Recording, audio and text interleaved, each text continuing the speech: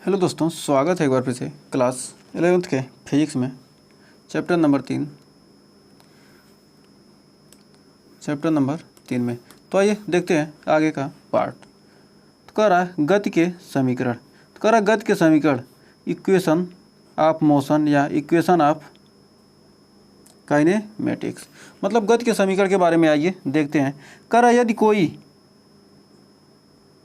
कण एक सरल रेखा के अनुदिश एक समान त्वरण से गतिशील हो, मतलब कह रहा है कि यदि कोई भी कण क्या हो, एक सरल रेखा मतलब सीधी रेखा में क्या कर, सरल रेखा में क्या हो कि अनुदिश की दिशा में कर एक समान त्वरण से गतिशील हो, तो ऐसे कण के वेग, त्वरण, विस्थापन आदि राशियों में पारस्परिक संबंधों को सरल गणितीय समीकरणों के रूप में व्यक्त किया सकता है।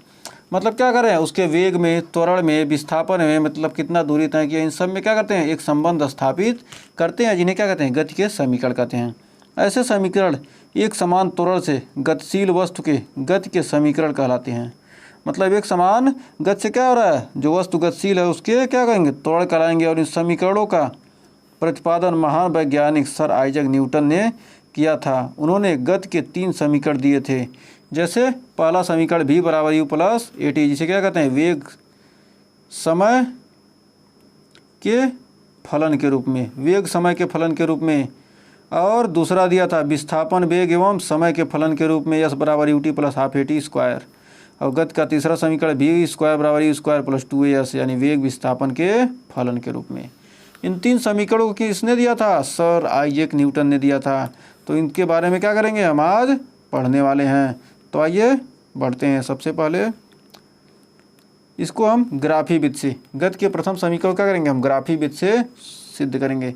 वेग समय ग्राफ, वेग समय के बीच संबंध पर स्थापित किया, क्या करेंगे, वेग समय ग्राफ से हम क्या करेंगे, इस संबंध को स्थापित करेंगे, निकालेंगे। कह रहा चित्र से स्पष्ट है कि t बराबर 0 पर, यहाँ पर क्या है, t बराबर 0, समय पहले क्या था, 0 था। 0 पर कण का वेग u, जो कि ग्राफ OA से प्रदर्शित करता है, क्या है, OA। t बराबर 0 पर, यहाँ पर t बराबर 0 पर क्या है, OA से क्या कर रहा है, प्रदर्शित कर रहे हैं, OA से। t बराबर 0 क्या कर रहा है, OA से प्रदर्शित कर रहा है। अतः t समय बाद वेग भी हो जाता है। और समय जब क्या होता है, t समय बाद क्या होगा, यहाँ से t समय बाद क्या हो गया, वेग भी हो गया। पहले तो वेग क्या था, u था, और t समय बाद क्या हो रहा है, वेग भी हो जा रहा है, वेग भी हो जाता है। तो EO बराबर CD, EO बराबर CD हो जाएगा, CD EO बराबर क्या हो जाएगा, CD। आई देखा बराबर हो जाएगा वेग समय ग्राफ की प्रवणता ढाल गतिशील वस्तु के त्वरण का परिमाण प्रदर्शित करती है। ये जो ढाल है क्या कर रही है, उसके त्वरण को क्या कर रही है, प्रदर्शित कर रही है। तो अतः कण का त्वरण हो जाएगा a बराबर, त्वरण का a, सरल रेखा AC की ढाल, सरल रेखा AC की ढाल क्या हो जाएगी, त्वरण हो जाएगी। तो कह रहा है a बराबर CB बटे AB है, क्या ये t समय है, ये कितना है, a समय है, और ये क्या है, v वेग से गई है। पहले u वेग भी u था, उसके बाद क्या हो गया, वेग v हो गया। तो कह रहा है वस्तु के त्वरण का परिमाण प्रदर्शित करते होता है। कण का त्वरण कितना हो जाएगा, a बराबर सरल रेखा AC की ढाल, सरल रेखा AC की ढाल। तो कह रहा है त्वरण a निकालना, तो CB बटे AB। तो AB हमको क्या करना, CB निकालना है, क्या टोटल V है, और ये U है, तो V minus U, CD minus BD यानी V minus U, total V था, और क्या करेंगे, U ने घटा देंगे तो क्या होगा, V माइनस U बटे T आ गया। तो क्या करना है, A बराबर हो जाएगा V माइनस U, तो V माइनस U बराबर T, इधर गुणा आ गया तो हो गया AT, तो V माइनस U बराबर AT, तो V बराबर U प्लस AT, U करेंगे इधर ला देंगे तो क्या आ जाएगा, V बराबर U प्लस AT। तो यहाँ पर आसानी से आ गया। तो आइए इसको स्थिति समय संबंध, दूसरा समीकरण शुद्ध करते हैं। गतिशील वस्तु द्वारा चली गई दूरी, कोई भी गतिशील वस्तु उसके द्वारा चली गई दूरी क्या है, समय वेग ग्राफ से एवं समय अक्ष के बीच आबद्ध क्षेत्र का क्षेत्रफल। मतलब जो जितना समय वेग ग्राफ का क्या है, पूरा क्षेत्रफल हम निकालेंगे कितना क्षेत्रफल घेरा है उसको निकालेंगे। कह रहा है ओ ए सी बी डी का क्षेत्रफल, ओ ए सी बी डी, पूरा क्षेत्रफल क्या करेंगे निकालेंगे। तो क्या करने निकला, हम चली गई दूरी, हमको पूरी दूरी निकल जाएगी।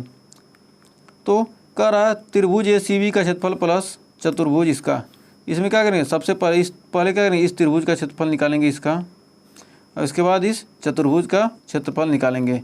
तो इस त्रिभुज का क्षेत्रफल आधार गुणे 1/2 आधार गुणे ए बी गुणे बी सी, ए बी गुणे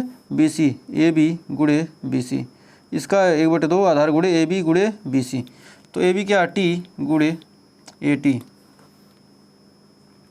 टी गुणे ए टी, ए ओ गुणे ओ डी, क्या चतुर्भुज है, चतुर्भुज का क्षेत्रफल क्या हो जाएगा आयत का क्षेत्रफल लंबाई गुणे लंबाई टी और ए भी गुणे टी। तो भी गुणे ये क्या है इतना यू ना, तो यू गुणे टी। तो 1/2 आधार गुणे ऊंचाई था इतना 1/2 ए टी स्क्वायर और यू टी, तो एस बराबर U T plus half A T square. तो क्या किया हमने दूसरा समीकरण भी क्या किया प्रूफ कर लिया।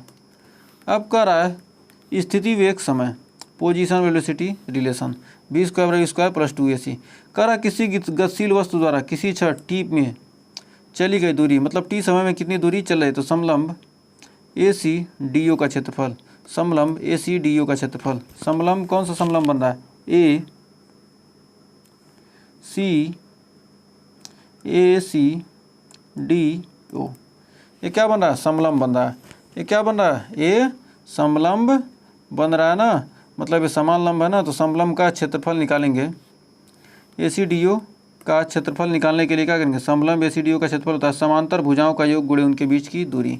तो उनके बीच की दूरी कितना है टी, समांतर भुजाओं का योग ए ओ प्लस सी डी, समांतर भुजाएं क्या है ए ओ है और ए सी डी, समांतर भुजाएं क्या है भी प्लस यू, क्या हो जाएगा समांतर भुजाओं का योग क्या है भी प्लस यू, और ए ओ डी का मान क्या है टी है अपान 2, तो क्या है भी plus you into U T और भी टी 1/2 इंटू टी। तो क्या है यस बराबर था, तो चूँकि टी बराबर कितना है भी माइनस यू होता है, टी बराबर भी माइनस यू, यहाँ पर क्या करेंगे अपान ए रख देंगे, यहाँ पर गति के प्रथम समीकरण क्या करें भी minus you upon A, T का मान रखेंगे तो आ जाएगा भी square minus you square upon 2a में क्या करेंगे इससे गुणा करेंगे तो भी स्क्वायर माइनस यू स्क्वायर बराबर 2a यस हमारा क्या आ जाएगा तीसरा समीकरण आ जाएगा। 3-4 बार प्रैक्टिस कीजिएगा, एग्जाम में तीनों में से एक समीकरण जरूर पूछता है। गति के तीनों समीकरण क्या करेंगे आसानी से प्रैक्टिस करेंगे, आसानी से आ जाएगा। कर अब कलन विधि से, मतलब इसको क्या करेंगे समाकलन विधि से हम हल करेंगे। समाकलन विधि से क्या करें, कभी कभी पूछ जाता है कलन विधि से क्या करें गति के समीकरण को निगमन कीजिए।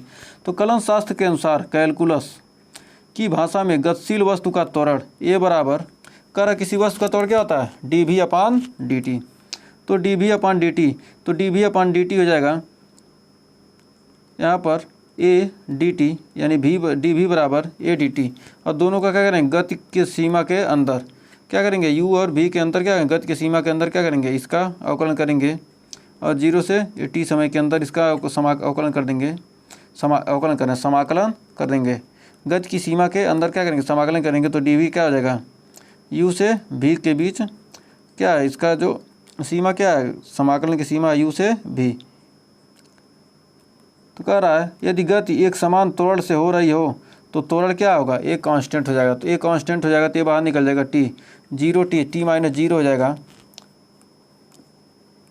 डी टी के सापेक्ष कर रहे हैं तो क्या होगा एक का समाकलन क्या हो जाता है टी, जिसके सापेक्ष करेंगे वो टी हो जाएगा, और डी भी का क्या हो जाएगा भी हो जाएगा। तो यहाँ पर भी यू माइनस बी, तो यू भी ऊपर वाले में क्या करेंगे नीचे वाले घटाएंगे भी minus U A T minus 0, और भी माइनस यू बराबर ए टी यानी भी बराबर यू प्लस ए टी। तो क्या आ गया हमने समाकलन विधि से भी क्या किया पहला प्रूफ कर लिया। तो उम्मीद है यहाँ भी कोई डाउट नहीं होगा। तो आइए बढ़ते हैं आगे। करा द्वितीय समीकरण, करा चूँकि वेग भी डी एस अपान डी टी है, चूँकि वेग क्या भी है तो वेग क्या होता है विस्थापन बटे समय, तो डी एस अपान डी टी।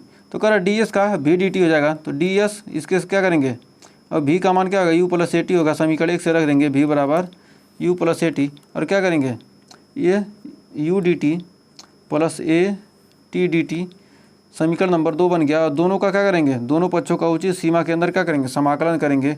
डी एस का 0 से एस के बीच, मतलब निश्चित दूरी के बीच 0 से एस के बीच, और यू डी टी का क्या करेंगे 0 से टी तक, और ए टी डी टी का क्या करेंगे 0 से टी तक। तो क्या करेंगे टी का यू क्या हो जाएगा कांस्टेंट हो जाएगा, और टी का समाकलन करेंगे तो डी 1 का समाकलन करेंगे टी आएगा, तो यहाँ पर मान रख देंगे 0 से टी के बीच, और क्या होगा ए बाई 2, यहाँ पर टी है, टी का समाकलन करें क्या होगा टी स्क्वायर अपॉन 2। क्या होता है किसी भी समीकरण का क्या है, मान लीजिए क्या है यक्स का समाकलन करना है डी एक्स के सापेक्ष, तो क्या होता है समाकलन होता है यन यक्स का पावर यन प्लस 1 अपान यन प्लस 1। तो मतलब यक्स का पावर क्या है, यदि यन है तो क्या होगा इसका समाकलन करेंगे तो यक्स का पावर यन प्लस 1 अपान यन प्लस 1, ऊपर जो रहेगा वही नीचे आ जाएगा। यदि क्या करते अवकलन करते तो क्या होता है यन इंटू यन माइनस 1, लेकिन क्या समाकलन करना तो क्या ऊपर का जो घात है उसमें एक जुट जाएगा, और नीचे भी वही क्या हो जाएगा वही घात में एक जुट कर नीचे लिखा जाएगा। तो ऐसे समाकलन होता है। क्या अगर टी स्क्वायर टी था तो टी स्क्वायर हो गया, टी में एक जुट गया तो टी स्क्वायर हो गया, और नीचे 1/2 यानी ये बटे 2 कॉमन हो गया। तो टी स्क्वायर में क्या करेंगे टी माइनस 0 यानी टी स्क्वायर माइनस 0, और टी माइनस 0 तो आ जाएगा यस यहाँ आ गया U T plus half A T square. ये भी समीकरण आपका प्रूफ हो गया। तो उम्मीद है इसमें भी कोई दिक्कत नहीं होगा। तो आगे बढ़ते हैं अगले समीकरण की तरफ। तीसरा समीकरण क्या कर रहा है, जैसा कि ज्ञात है कि ए बराबर डी भी अपन डी टी, तो डी भी अपन डी टी को क्या ले सकते हैं डी भी अपन डी एस से क्या करेंगे दोनों पक्षों ऊपर नीचे क्या करेंगे डी एस से गुणा करेंगे, डी एस से गुणा करेंगे तो डी भी अपन डी एस आ जाएगा, और डी एस अपन डी टी यानी डी भी अपन डी एस को क्या ले सकते हैं डी भी अपन डी एस को ले सकते हैं, और डी एस अपन डी टी डी एस अपन डी टी को लिख सकते हैं भी, डी एस अपन डी टी को लिख सकते हैं भी, डी एस अपन डी टी क्या हो जाता है भी है, तो भी लिख दिए तो क्या आ गया, परंतु डी एस अपन डी टी बराबर भी, तो ए बराबर भी डी भी अपन डी एस, तो क्या करेंगे डी एस इधर आ जाएगा तो क्या आ जाएगा ए डी एस और भी डी भी। इसका क्या करेंगे दोनों का क्या उचित सीमा के अंदर समाकलन करेंगे, तो यू और भी के भी डी भी का क्या करेंगे यू और भी के उचित सीमा के अंदर समाकलन करेंगे, और ये यहाँ एस का 0 और डी एस का क्या करेंगे 0 और एस के, तो आ जाएगा भी था तो भी स्क्वायर अपॉन 2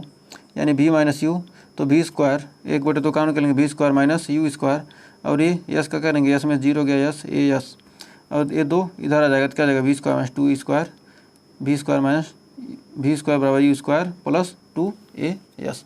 तो हमने क्या किया तीनों समीकरण बहुत ही आसानी से प्रूफ कर दिया। तो उम्मीद है इन तीनों समीकरण में आपको कोई दिक्कत नहीं होगा,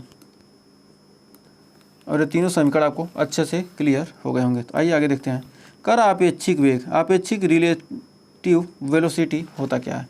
कह रहा कभी कभी हम जब रेलगाड़ी से यात्रा करते हैं तो देखते हैं कि एक दूसरी रेलगाड़ी आपकी गति की दिशा में गति करती है और आगे निकल जाती है, क्योंकि वह रेलगाड़ी आपके रेलगाड़ी से अधिक तीव्र गति से कर रही है। मतलब क्या हो रही है, यदि आप क्या करते हैं किसी आप रेलगाड़ी से चलते हैं यात्रा करते हैं तो क्या होती है कोई पीछे से आती है गाड़ी क्या होती है जी आगे निकल जाती है, क्योंकि यह उस व्यक्ति की अपेक्षा आपको धीमी दिखाई देगी जो ज़मीन पर खड़ा है। मतलब ये क्या है कोई व्यक्ति क्या है ज़मीन पर खड़ा है, उसको क्या करेगा उसको तो लगेगा कि तेज़ गई, लेकिन क्या है यदि आप ट्रेन में बैठे हैं और दूसरी रेलगाड़ी आपको पास कर रही तो लगेगा क्या बहुत ही धीमी गति से गई है। किसकी अपेक्षा जो ज़मीन पर आदमी खड़ा है।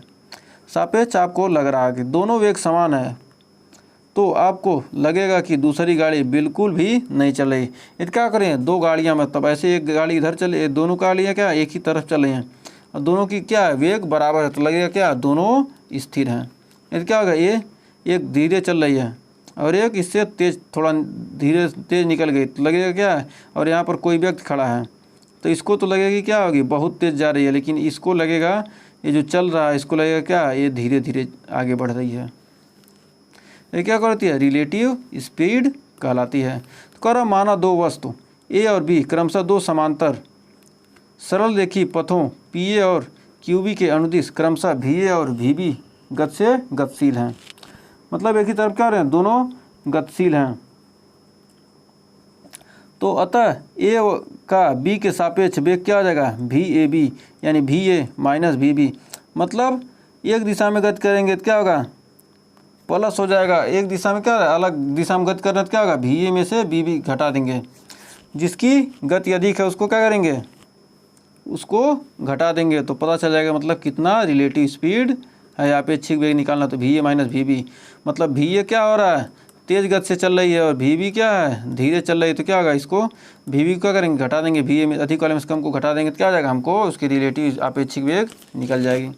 कर अतः ए का बी के सापेक्ष आपेक्षिक वेग, ए का वेग बी के वेग, इसी प्रकार वस्तुएं विपरीत दिशा में गतिशील हो जाती हैं।